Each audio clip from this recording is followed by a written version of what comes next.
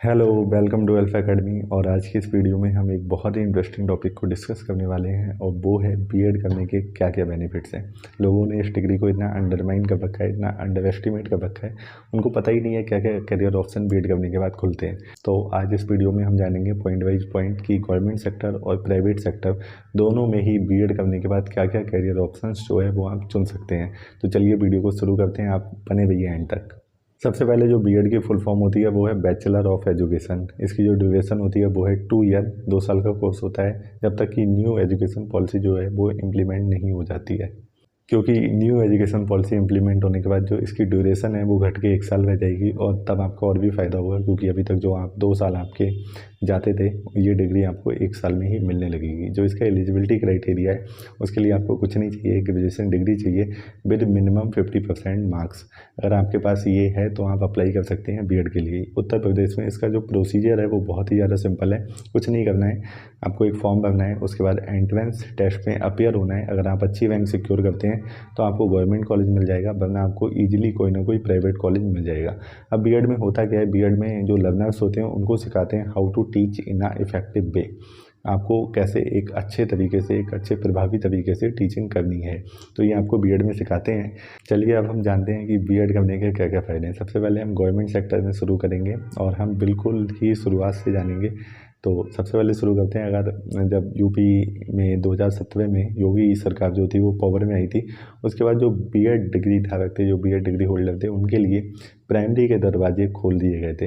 हालांकि डीएलएड और बीटीसी के जो लोग थे वो काफ़ी नाराज़ हो गए थे उससे, लेकिन जो बीएड वालों के लिए ये एक बहुत ही अच्छी खबर थी।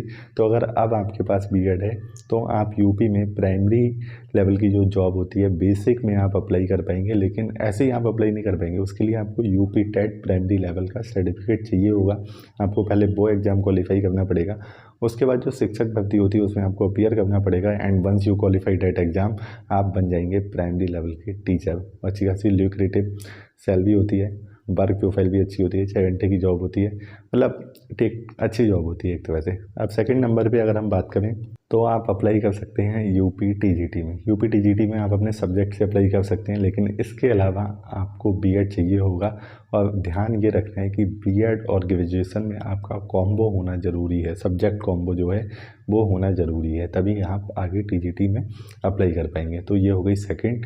तीसरे नंबर पे PGT, UP PGT. UP PGT में अभी तक बीएड की कोई भी रिक्वायरमेंट नहीं है, लेकिन आने वाले टाइम में एक नया एजुकेशन कमीशन जो है, जितनी भी शिक्षक भर्तियां होंगी वो सारी एक नए कमीशन से होंगी, वो फॉर्म हो रहा है। तो हो सकता है आने वाले टाइम में जो यूपी पीजीटी है उसके लिए भी बीएड जो है वो मैंडेटरी कर दिया जाए, क्योंकि जितने भी अदर स्टेट्स हैं या फिर सेंट्रल लेवल पे जितनी भी टीचिंग की वैकेंसीज आती हैं उनमें पीजीटी लेवल पे बीएड मांगते हैं। तो हो सकता है बस यूपी में ही अभी तक नहीं मांग रहे, तो यूपी फिर पीछे क्यों रहेगा। हो सकता है नए कमीशन फॉर्म होने के बाद वहाँ पे बीएड की रिक्वायरमेंट आपसे मांगी जाने लगे।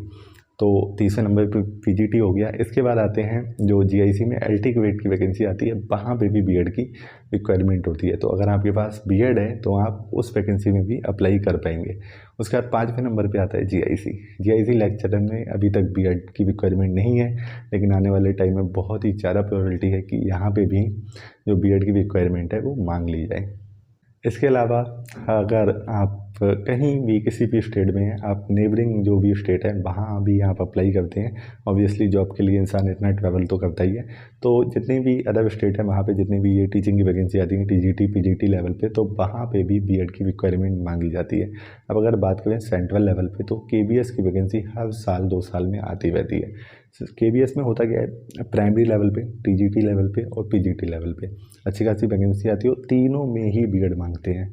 अब लेकिन होता क्या है, प्राइमरी लेवल पे आपको सिर्फ बीएड नहीं चाहिए, बीएड के साथ में जो सीटेट होता है उसका प्राइमरी लेवल का सर्टिफिकेट भी चाहिए। जो टीजीटी लेवल का होता है उसमें आपको अपर प्राइमरी लेवल का सर्टिफिकेट चाहिए। पीजीटी में आपको कुछ नहीं चाहिए, बीएड चाहिए प्लस पोस्ट ग्रेजुएशन की डिग्री चाहिए। तो केबीएस में बीएड की रिक्वायरमेंट होती है इन तीनों ही चीज़ों में। हर साल 2 साल में वैकेंसी आती है, आप इसमें अप्लाई कर सकते हैं। और केबीएस की जॉब मैं आपको बताऊँ बहुत ही अच्छी होती है, वर्किंग कल्चर बहुत अच्छा होता है, सैलरी अच्छी होती है, तो आपको मज़ा आएगा केबीएस की जॉब करने में। इसके अलावा अगर हम बात करें दिल्ली बोर्ड की, दिल्ली बोर्ड में भी सेम प्रोसीजर जब है उसमें भी प्राइमरी, टीजीटी और पीजीटी तीनों में ही बीएड की रिक्वायरमेंट होती है। और जो DSSP या दिल्ली बोर्ड की जो वैकेंसी हैं वो बहुत ही जल्दी आती रहती हैं। तो अगर आपके पास बीएड है तो आप उसमें भी अप्लाई कर पाएंगे। इसके अलावा यूपी में आश्रम पद्धति के फॉर्म आते हैं, उसमें भी बीएड मांगते हैं, वहाँ भी आप अप्लाई कर पाएंगे। इसके अलावा अगर आप इंटर कॉलेज में लेक्चरर हैं और आपके पास बीएड नहीं है, क्योंकि अभी तक लेक्चरर बनने के लिए बीएड की कोई रिक्वायरमेंट नहीं थी, फिर भी आपको बीएड कब लेना चाहिए, क्योंकि जो भी प्रिंसिपल की वैकेंसी आती है उसमें बीएड मांगते हैं। बीएड इसलिए मांगते हैं, बीएड मांगने से आपका जो एक्सपीरियंस है उसकी ड्यूरेशन जो है वो कम हो जाती है, वरना आपको बहुत ज़्यादा एक्सपीरियंस चाहिए होता है प्रिंसिपलशिप के लिए अप्लाई करने के लिए। तो ये थे गवर्नमेंट सेक्टर में इतने सारे बेनिफिट्स जो आपको बीएड करने के बाद मिलेंगे। आप इतनी सारी वैकेंसीज में अप्लाई कर पाएंगे। अगर आप काउंट करेंगे तो कम से कम 13 से 14 वैकेंसीज हैं, इनमें आप बीएड करने के बाद अप्लाई कर पाएंगे।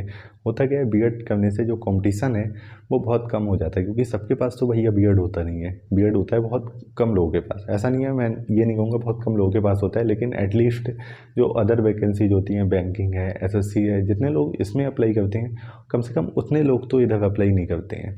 तो कंपटीशन एक तरह से कम हो जाता है।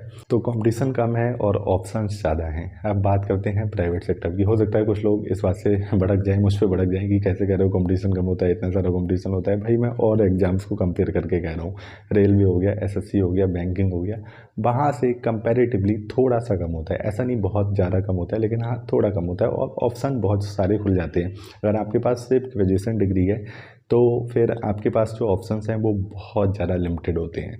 लेकिन अगर आपके पास साथ में बीएड है तो इतने सारे ऑप्शंस हैं आपके पास। सपोज करिए अगर आपके पास ग्रेजुएशन डिग्री है तो आपके पास बस एसएससी है, बैंक है, या फिर सिविल सर्विसेज है, या फिर रेलवे है, मतलब गिने चुने ऑप्शन है जिसमें कंपटीशन बहुत ज़्यादा है, जिसको कुछ नहीं मिलता है वो यहाँ चला आता है। लेकिन अगर आपके पास बीएड है तो आपके पास वैरायटी जो है वो बहुत ज़्यादा हो जाती है, आप कहीं भी जा सकते हैं। अब बात करते हैं प्राइवेट सेक्टर में आप क्या क्या बेनिफिट ले सकते हैं बीएड करने के बाद। सपोज करिए आप किसी प्राइवेट स्कूल में अप्लाई करने जाते हैं। अब जितने भी अच्छे प्राइवेट स्कूल है ना वो भी बीएड के बेस पे ही आपको हायर करते हैं। अगर आपके पास बीएड नहीं है तो हो सकता है वो आपको हायर कर लें, लेकिन वो आपको ऊपर की क्लासेस पढ़ाने को नहीं देंगे, वो आपको बिलो 8 ही रखेंगे, आपको 6, 7 या 8 अलॉट कर देंगे। लेकिन अगर आपके पास बीएड है तो आप अपने सब्जेक्ट के अकॉर्डिंग ऊपर की क्लास भी पढ़ा सकते हैं।